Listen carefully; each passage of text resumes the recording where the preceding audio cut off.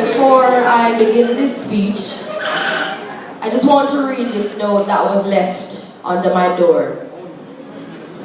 You've entered this race not to win, but to serve your true purpose.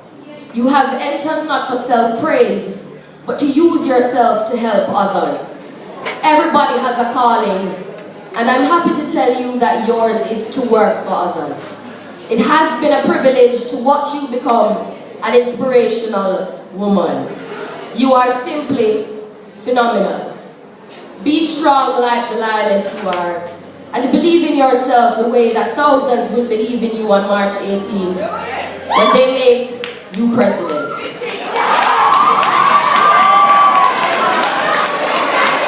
Ladies and gentlemen, my name is Davianne and I am your next Guild President.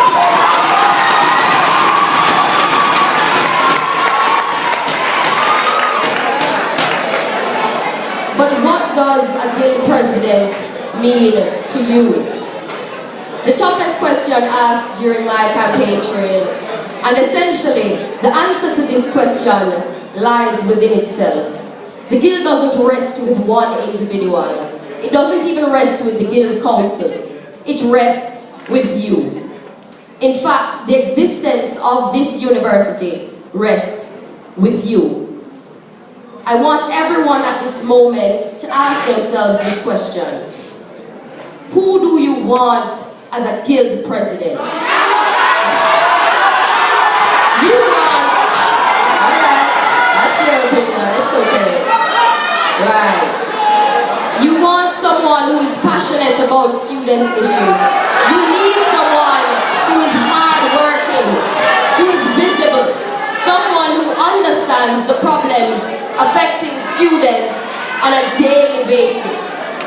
Look, I don't want you to leave here thinking that I'm any politician, because I'm not. I'm an ordinary student that has seen the need to advocate for all of us on the issues that we all face. Because make no mistake, I have been to SAS and had to stand in a line for over an hour trying to pay this university its money. I've been to the library doing an assignment for over 2 hours, only to realize that the computer at the back of the library was the only one I could use for printing. I live in Hall, where I've had to catch up my laptop just to get some kind of light. And even walking into this room today, right? I remember when I was turned away from sitting an exam, only to find out that it was the university's faulty system that barred me from that exam, from the same room. These are just a few issues affecting students, and being realistic in my leadership, these are the issues that need to be addressed before we can talk about inclusiveness. Mr. George speaks about inclusiveness, but how can we talk about inclusiveness of a student when a student has paid 90% of his fees but is unable to register and therefore is not a student? How can we talk about inclusiveness when there's a commuter who has to stand by the bus bay dying to use the bathroom when there are 2 bathrooms that are down there and they're both locked up and they're both functional, right?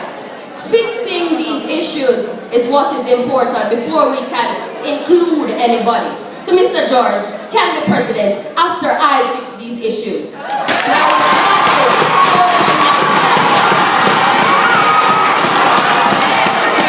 included.